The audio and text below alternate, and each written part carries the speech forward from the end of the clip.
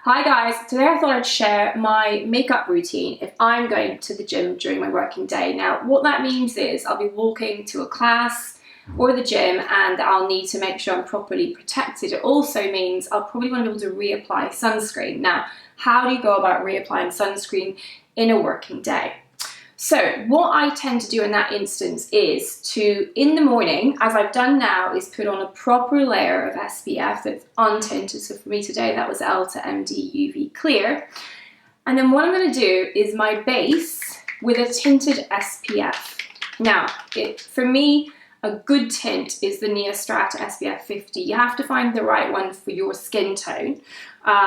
It's harder, it has to be said, to find them in the warmer tone family. So there aren't so many that serve us fair-skinned, rosy cheek gals so well. Working on that. This one works very well for me, and I'm going to take a good 10p coin sized amount.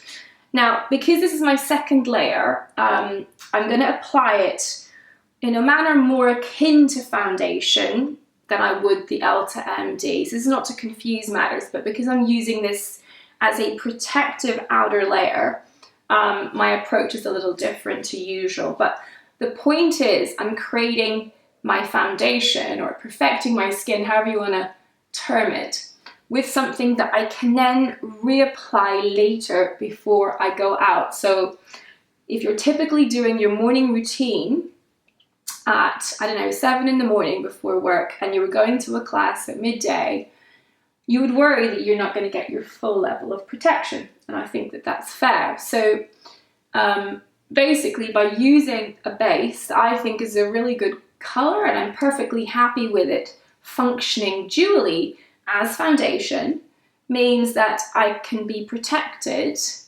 and also have a base that I can reapply so that I am not exposed. You know, imagine you're running in the park over your lunchtime, right? You would be nervous that you wouldn't be getting the full level of protection that you had on your skin 4 hours before. So I'm going to apply that evenly all over, and then as I do with all my sunscreen, I give it a minute to settle in, to grab hold of the skin, and then I go back, and any little areas where it has collected, it's often around the eyebrows or at the temples, I'll just smooth it out.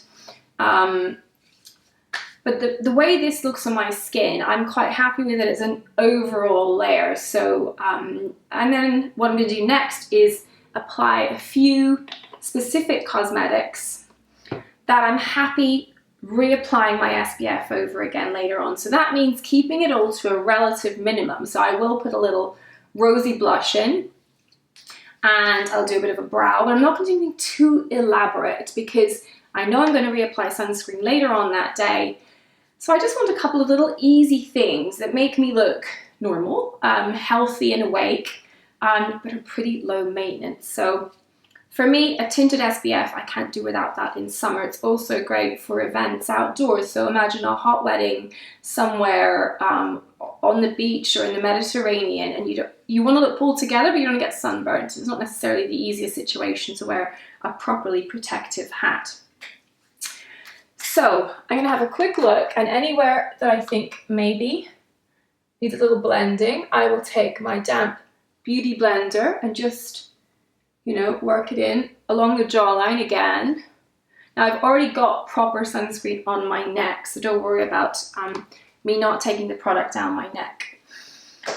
Okay, so that's base done. To make this super simple and low maintenance, I'm literally going to dab a bit of my convertible color from Stila on the apples of my cheeks.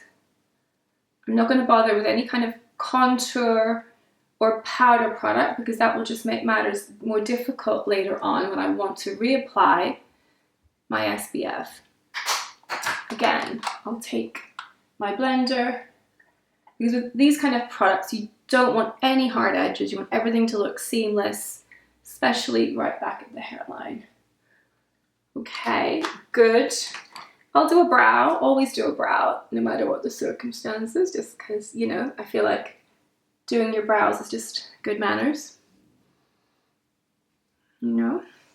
And I'm really liking this brow pencil, guys, which the Facebook group helped me out when I was in dire need. I managed to go back to Ireland without my Kevin Aucoin brow pencil.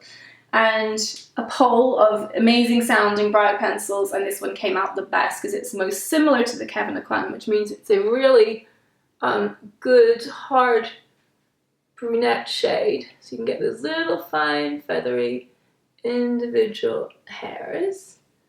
It's a little high up. Blend, blend, blend. So we're not going for a super complicated, overly sophisticated look here. It's really hot in London at the moment, so this is actually a very, what's the word, real life situation where if I'm trying to do more than just go to the office and squeeze a workout in, I will do this kind of a routine.